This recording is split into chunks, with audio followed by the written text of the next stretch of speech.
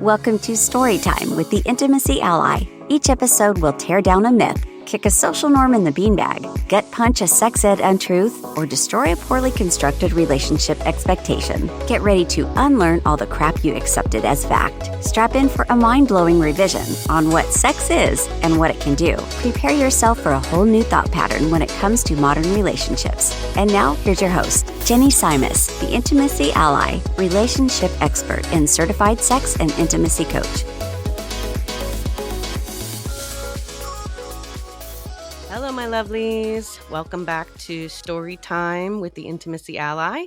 It's me, Jenny Simus, Lady. We are back here, and I have Goddess Eros with me today on this episode, and I am so excited to have her share some information with you. And I'm going to hand it over to her so that she can introduce herself, because she's going to do a way better job than I ever could. So, my goddess, tell me about you. Thank you. So I am a dedicated advocate and certified sexologist. That I am very passionate about sex positive, challenging societal. Mm-hmm. English is my second language. Norms and amazing. Look, I only speak one, so you totally got this. Thank you. And dispelling myths surrounding eroticism, sex, BDSM practices, being an ethical slut, and I'm driven by a deep commitment to open up the dialogue, being vulnerable, and have engaged to our pleasure and sexuality in an ethical way. So that's in a nutshell. That is all so juicy and spicy. I don't even know what to do with it. Let's play with it. Yeah, damn right. So I want to know, how did you get started? What drew you into this work? If you don't mind sharing, honestly, only what you want to share. Of course. So I came to find out, I recently finished reading Ethical Slut, the book. Mm-hmm. And I was able to relate a lot because I always been very slutty, but for a long time I wasn't ethical. Okay. And during the pandemic, I came to question my sexuality, the way I was living it, comparing it with the social standards. Okay. I was questioning. And around the same time that I was questioning my sexuality, I met someone from Germany who introduced me to the BDSM practices through my travels in Mexico. He was a sub that was into degradation, impact play, a little bit of cock holding, and I was very intrigued by how is he getting pleasure out of all of this and asking me to do all of this. Also, my introduction wasn't very ethical. Like, there was no consent, no informed consent. It was just like, I want to be your sex slave. And when we got to that dirty and messy session of the reunion, he was like, slap me, call me this, do this. And I was just like, what is all of this? We ended up traveling for 21 days. Oh, wow. Yes. Okay. Because I was so intrigued because I noticed like there is something here that is instigating new sensations and fantasies. Okay. At one point, I asked him to do some of the things that he was asking for, to do them to me, and I wanted to see how I was going to react. It was impact play. Okay. And it was just a lot of spanking. Right. And I was about to say, what sort of impact play? Because that can cover quite a bit of things. I know. It was a lot of spanking because I don't like to be a slap. And there was no erotic touch. And just by these spanks, I got very eroticized and had my biggest squirt ever. Nice. Yes. That's fucking awesome. I love a good spanking. Oof, me too. Right? Right. It was such on point. And he leaves. And I'm like, I want to learn more about this. Like, what is this? I continue my travels in Mexico, and I arrived to my next place. And in the Mm-hmm. next place, my friend, who happens to be a photographer, asked me if I wanted to be his model for a private photo shoot for a Okay. shibari session. Oh, And all I'm right. Now, like, if you are only listening to this, I gotta let you know the goddess Eros is hot. So that friend knew what they were doing, trying to have her as a model. Just letting you ooh la la. know. It was very erotic, and it was in these very beautiful sceneries, but it wasn't an Hmm. erotic session. It was very professional. Okay. It was just me nude in beautiful sceneries with ropes around me, and that Hmm. also did something for me. Okay. So I asked this friend, who's your teacher? I want to meet your teacher because I want to start learning more about these practices. Okay. And just real quick, for people who don't know what shibari is, do you have like an explanation that you give people when they're interested in learning about it? Yes, so it's a Japanese bondage technique that is started as a torture practice. So that's why we Oh, inform and educate ourselves, because it still continues to be uh, a practice of torture right. and risk. Hmm. So, but these days it has evolved to be a versatile practice that now you can use Shibari to meditate, or you can use Shibari for performance, visual, installation. Hmm. It can be a power exchange dynamic. It can be a sensual experience. That's how Hmm. I apply the ropes most of the time. Or that's how Hmm. I teach them, in a sensual way. But it's a practice that started in Japan, and it was a torture practice for the samurais and the criminals. Okay. And then it Um, evolved it- into this, part of king culture. I mean, or rat culture, whatever you want to call it. Um, I just think that's so cool. And I've seen some of the photos and videos of you performing shibari, and it's very awesome. Um, so yeah, so I'm sorry that I got you off track no, there. no, no, no, Let's get no. back to, you were with your friend who had you do this photo shoot, and you wanted to meet their teacher. Yes, so I contacted a teacher, and I Hmm. offer this teacher, in exchange of teaching me shibari, I will organize events at the small town where I was living in Mexico. Okay. And he agreed to it. He's criminal decente, Mexico City. His art, it's amazing, very decorative. Hmm. And he was one of my first teacher. Then I went to another teacher where I learned some Ishinawa, a style of shibari, which is a floor play. You Oh. need, you can do it with just one rope, and you Hmm. will never need more than three ropes. Hmm. Lower risk. It's a freestyle form as well. Okay. And I got in very into that type of practice of shibari, just because I'm very into freestyling Okay. and going out of the norms. Right. But I took classes with this teacher also, who is in Mexico City.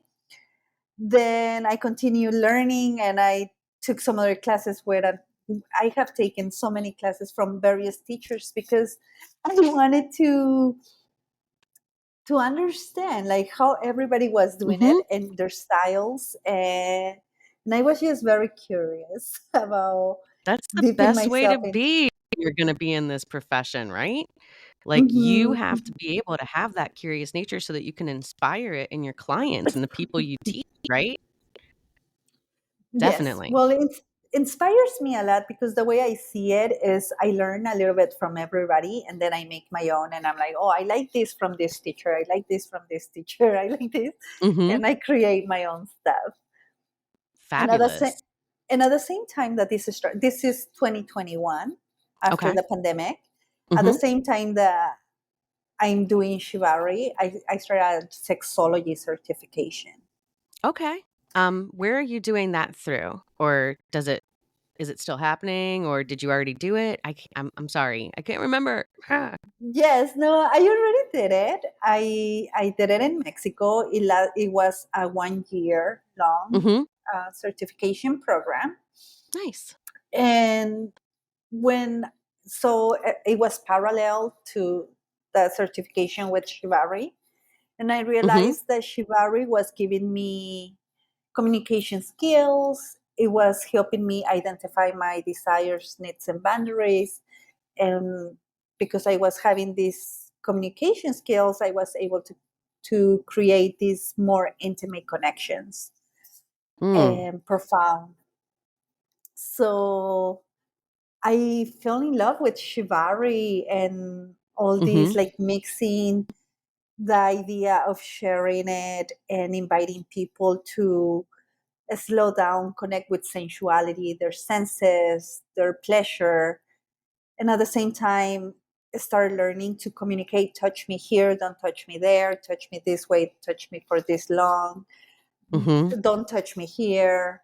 Mm-hmm. um, I realized that I would like that, but I don't like it, and I don't want to Mm-hmm. try it anymore. Like just being able to create these containers where you are in an exploration mode. Many of what I do is for beginners, so people who are curious about entering the lifestyle, the kink community. Right. So I feel that it's a very gentle way, although people might think like, oh, tied up, how is that gentle? But I feel that it's a gentle way because you choose how intense you want the experience to be. Yeah. I mean, I'm so interested in it. I know that it's something that I've played around with, not nearly as much as I hope to, but with kids at home and like school schedules and this and that, like it just you get real cut down on your time for kink. Um, but the idea of the not having to be responsible, or the giving up control a little bit to then be able to experience pleasure, like of being bound, is very intriguing to me. Now, do you work with mostly women, couples? Like, who do you try to work with? So group classes are a mix. Okay. Um, Whoever shows up is usually mixed crowd, all types of genders. Mm-hmm. Privately, as a pro dom, most of my clients are males, but I have had females as well. Mm-hmm. I haven't worked with queer folks, but Mm-hmm. I'm also open to that. Right. And for and I also get couples. So couples Okay. who wanna spice up Mm-hmm. their relationship, and they wanna bring shibari to the bedroom. That's Right. people who usually uh, contact me to do this. Right. So Mhm. is most of your work in person or virtual? Is it kind of a mix? So it's more in person. Okay. Um, yes, it's more in person. Wherever I am, that's where I offer it. I Mm-hmm. happen to travel quite a few. So right now I'm in Santa Barbara and San Diego area, between San Mm-hmm. Diego and Santa Barbara, and that's where I'm offering my services right now. Mm-hmm. But I also have a preference to do it in person because for me, also I think because of my generation, but I feel that there is nothing like being in person with the people who wanna create these containers Mm-hmm. and guide them through the experience Right. rather I than imagine it over would a be a little computer. difficult to like try and gauge responses and be able to see if, the person is truly enjoying it, or pick up on the somatic reactions that you're used to being able to pick up on in person if you were doing it virtually. Um, so that's cool. I want to know more about the pro dom work. I want to hear, like, did that did that evolve from the shibari, or did the shibari evolve from that? Like, where does that come into the mix? So I was living in Mexico, and I was only giving group classes and organizing drop jams. Mm-hmm. And then I started like desiring to explore the pro-dom venue. And I realized that I always been very direct and very assertive. Mm-hmm. Not always, but a lot of times I am. Okay. And I remember the first person, it was a beautiful boy from Switzerland. Uh-oh. Yes, that he hired me as a sexologist to talk about some curiosities that he had. Okay. And he asked me if I would be open to tie him up in a pro dom session. Right. And I'm one that likes to explore, Mm-hmm. picks up on opportunities when they show up, and I feel good about them. Right. And I said, yes. Yeah, he was beautiful too. I'm like, how can I not do this? Right. And and and yeah, I had no idea how it was gonna be. Mm-hmm. Like I had no role model at the time Mm-hmm. of how to create a scene, Right. but somehow I did, and he liked it, and he hired me a second time. All right. And then I was like, I'm digging this because as a goddess, I Mm-hmm. like offerings, I like gifts, I like people to Worship. shower worship Yeah. me. Yes. So the second time that somebody asked me if I was doing sessions, I said yes. And what are you gonna do to deserve me? Mm-hmm. So it just started happening kind of organically, Mm-hmm. that I was playing with these desires and curiosities, and I was getting joy from them, and people were being open to fulfill those playfulness of me. Nice. And that's how it's been developing. But as a pro-dom, it's been only a year. Oh, okay. Yes, I'm very new in the community. I mean, we're talking Okay. about the 2020. That's when I was introduced. Right. 2021, I was learning, studying.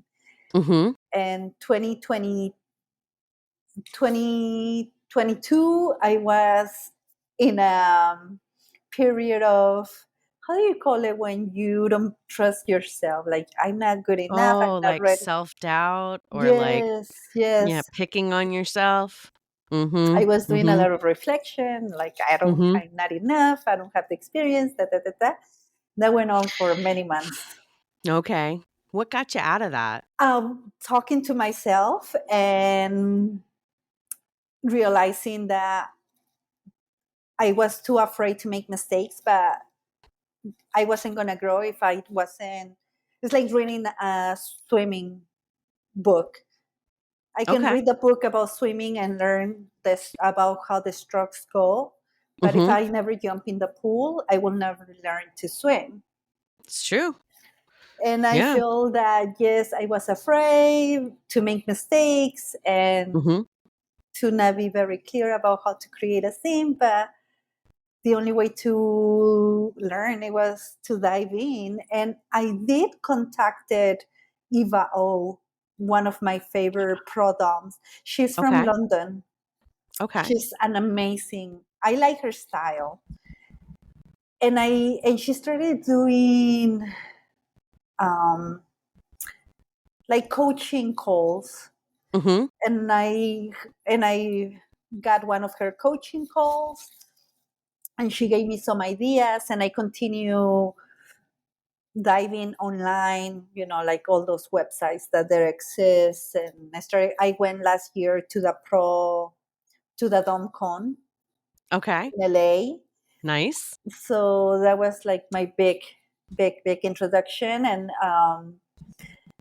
I also did 1 month internship at the Rope Collective here in San Diego, which is a shibari house.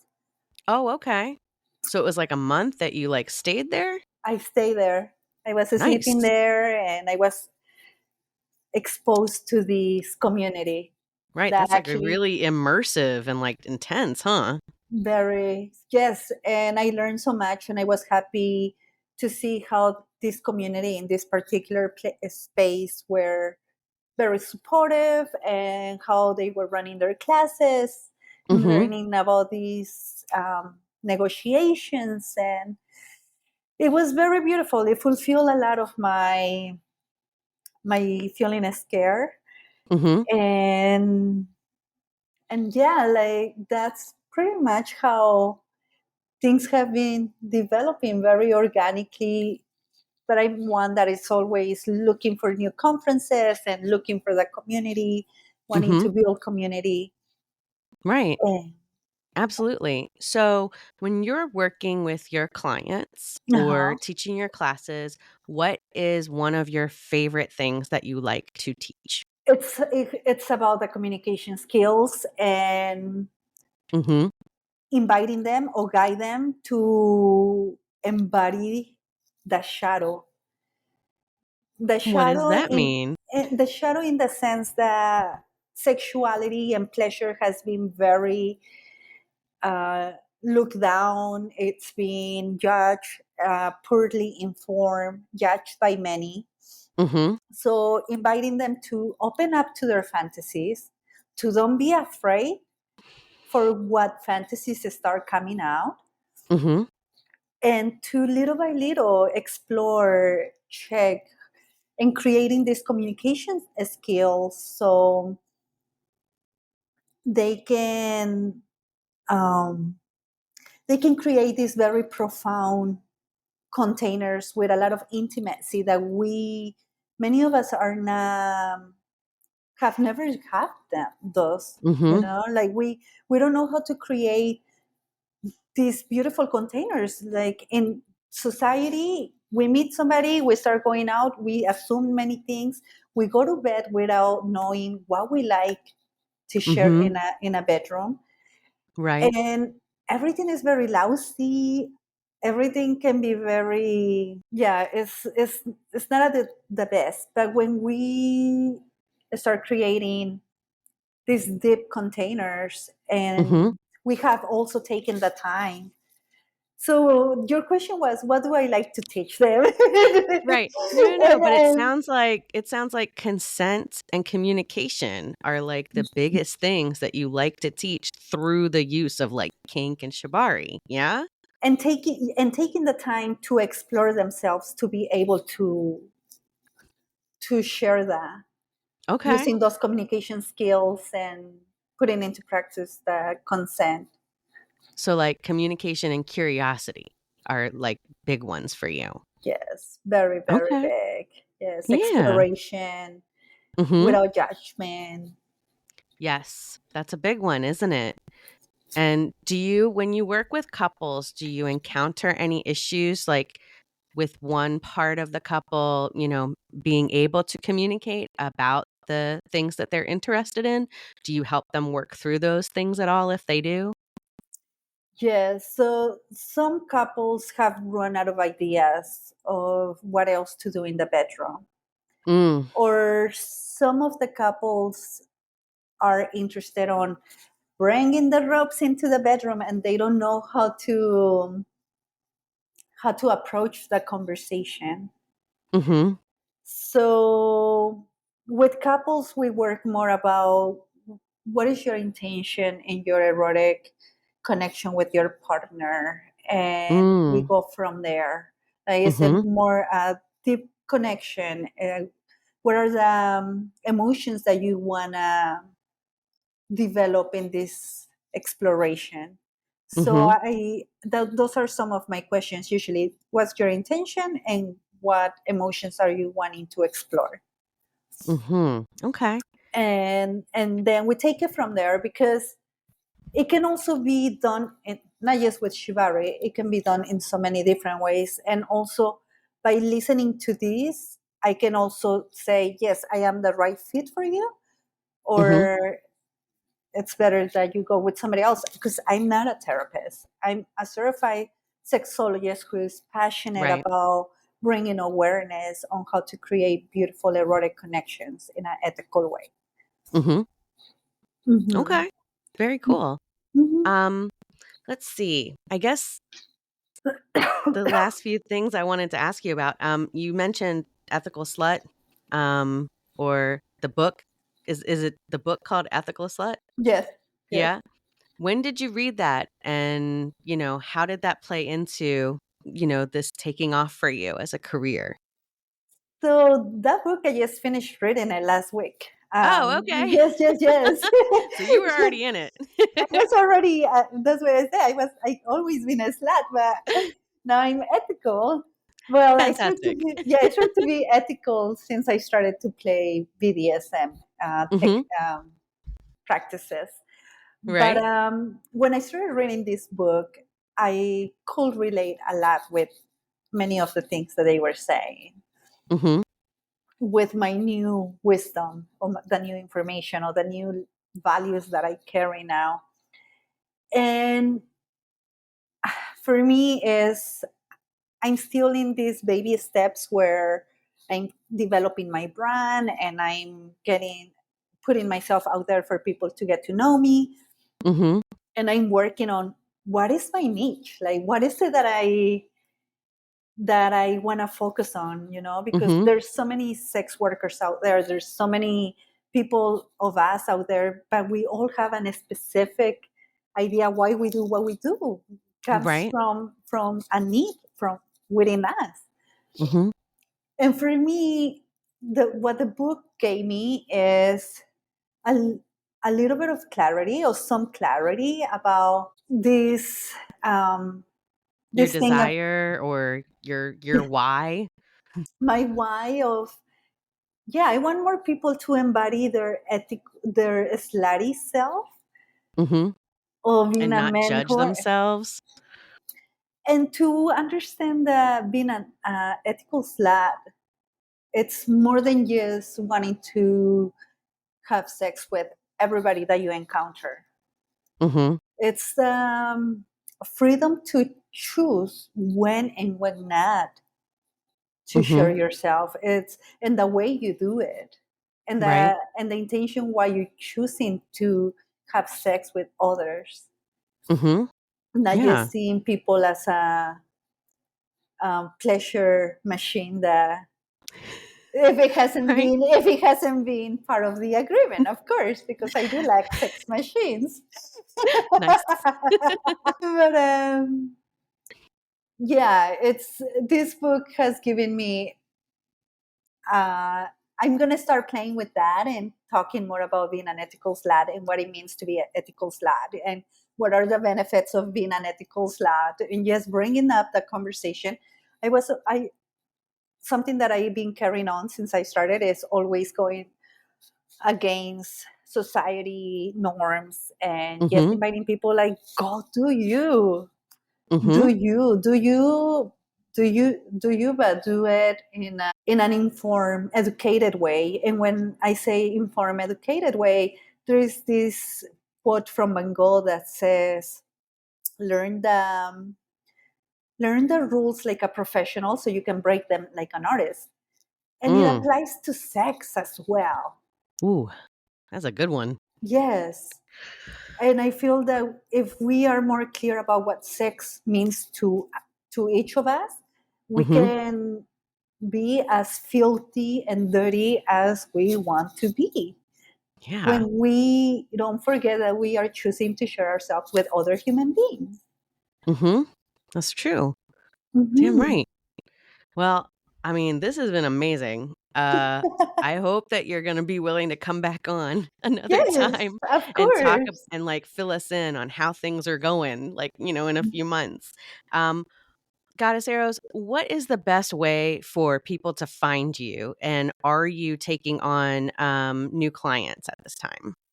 I am taking new clients. I just moved back to California 3 months ago. So I'm learning a new way to market myself in California. Okay. Yes, hire me. You won't be sorry. You love it.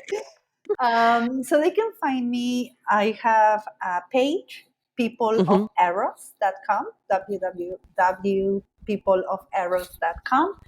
And that's the same name for my handle on Instagram. All right. Um, And I'll put all of that in the show notes so people know how to find you. mhm. And I'm going to try to find a link to Ethical Slut so they know what to read to Yes. be in your same mindset. I just want to thank you so much. This has been eye-opening, and I'm serious. I'm going to bother you again to come back on. Oh, I would love to come back on. And thank you so much for having me. I was looking Yeah. forward to this conversation with you. Yay! All right. Yes. Well, that's about all the time we have for today. I thank you all for joining me, my lovelies. Thank you for welcoming Goddess Eros with me. And that's going to wrap it up for this episode of Storytime with the Intimacy Ally, where we say, fuck no to the status quo. All right, my lovelies. Bye. Ciao. Ciao. Thank you for tuning in to Storytime with the Intimacy Ally. We hope you learned a bit more about putting the fire back in your romantic relationships, exploring communication and emotional readiness in all relationships, and how to expand your definition of intimacy so you can reach your relationship goals. Go to theintimacyally.com to subscribe and never miss an episode. Follow the links in the show notes to social media and events. Till next time, keep on learning, growing, and thinking. Storytime with the Intimacy Ally podcast is meant for educational and entertainment purposes only and should not be considered as health or mental health advice.